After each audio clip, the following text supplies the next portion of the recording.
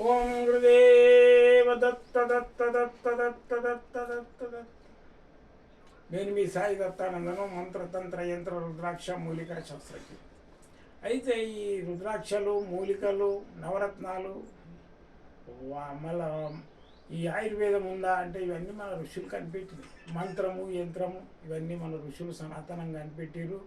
అవి ఈ మన దగ్గరికి ఇంగ్లీష్ వాడు, బ్రిటిష్ వాడు వచ్చి చాలా వరకు మన విద్యలందరినీ అన్నింటినీ అంతరింపజేసి వెళ్ళిపోయాడు. కొన్ని ఎత్తుకపోయాడు కూడా టెక్నాలజీ. ఏది ఇప్పుడు ఇంజనీరింగ్లో ఏముంటుంది, సాఫ్ట్వేర్ ఉంటుంది, హార్డ్వేర్ ఉంటుంది. అట్లా వాడు మిషనరీకి సంబంధించిన అన్నీ ఎత్తుకపోయాడు. అందుకని వాళ్ళ దగ్గర ఏంటి రాకెట్ చేయడము, ఇవన్నీ చేయడం వాళ్ళ దగ్గర ఉంది ఆ శాస్త్రం. మన శాస్త్రాన్ని వాళ్ళు ఎత్తుకపోయారు. అయితే పొంగ మిగిలినాయి ఇప్పుడు మనం చేస్తున్నాము. మన దగ్గర ఆయుర్వేదం మిగిలిపోయింది. ఈ ఆయుర్వేద శాస్త్రాన్ని ఏంటి అడగండి, మనమే ఇంగ్లీష్ మందులు వాడుతున్నాం, ఆయుర్వేద శాస్త్రాన్ని అడగత పెడుతున్నాం. మనం వాడతలేము. ఇప్పుడు ఆయుర్వేదం అనేది ఏంటంటే పర్మనెంట్ సొల్యూషన్.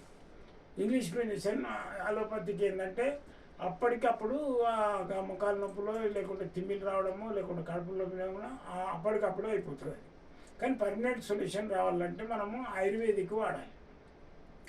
సనాతనంగా మనకి ఏంటంటే అప్పుడు ధన్వంతరి పాలసముద్రం చిలికేటప్పుడు ఆయన బయటకు వచ్చి ధన్వంతరి వచ్చిండు, మా కామధేను వచ్చింది, కల్పవృక్షం వచ్చింది, ఇవన్నీ వచ్చినాయి. దాంతోపాటు ధన్వంతరి వచ్చిండు. ఆయన మూలికలన్నింటినీ ఋషులకు బోధించి వెళ్ళిపోయాడు.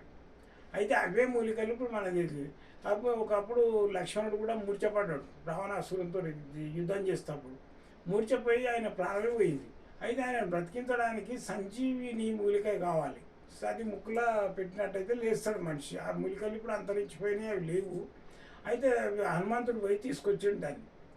అయితే ఆ సంజీవిని మూలిక నైట్లా మెరుస్తుంది అనమాట. ఈయన పోయే వరకు నైట్ అయింది, ఎక్కడ చూసినా ఆ మూలికలన్నీ మెరుస్తున్నాయి, అన్నీ మెరుస్తున్నాయి. ఏ మూలికన్నా తీసుకురావాలని ఆయన సంజీవ పర్వతాన్ని ఎత్తుకొచ్చిండు. ఎత్తుకొచ్చేసి ఆ రామునికి ఇస్తే ఆయన వాసన చూపిస్తే ఆ లక్ష్మణుడు లేచిండు. అలాంటి మూలికలన్నీ ఇప్పుడు కాదు, కృతాయుగాదుల నుంచి కూడా వస్తున్నాయి. మన వాళ్ళు ఏం చేస్తారు, దాన్ని ఆయుర్వేదిక్ వాడితే అది అయిపోతుంది, కిడ్నీ లాగం అయితే.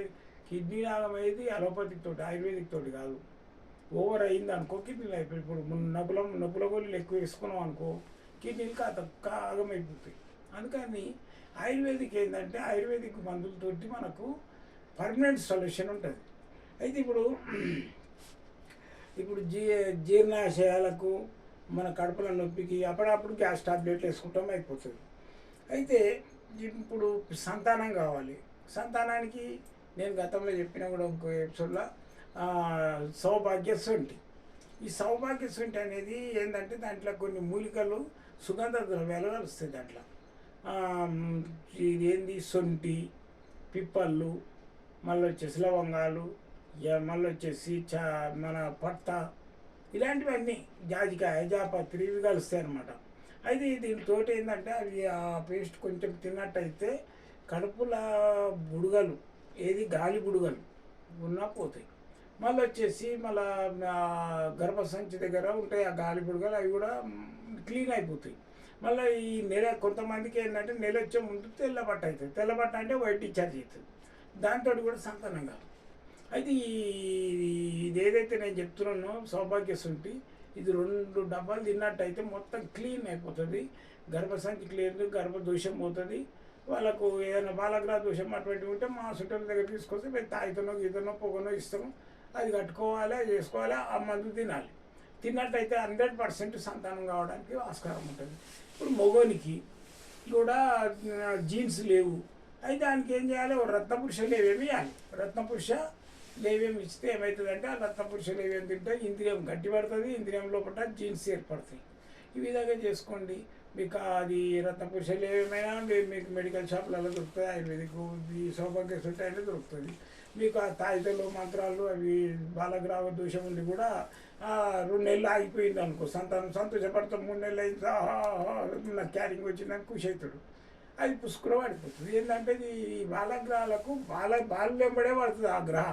ఆ 3 నెలలకి కిందికి నూకేస్తుంది. కిందికి నూకేసారు కానీ ఏమైందిరా అంటే ఆపరేషన్ అయిపోయిందని డల్ అయిపోతాం. అది కాకుండా ఏంటంటే మా దగ్గర ఒక 250 మూలికల పొడి ఉంటుంది. మళ్ళీ వచ్చేసి దానికి తాయితీ ఉంటుంది, అవి ఇస్తాము. దాంతోపాటు మందు తిని ఉంటుంది. మీకు 100% సంతానం అయితే జై గురుదత్త.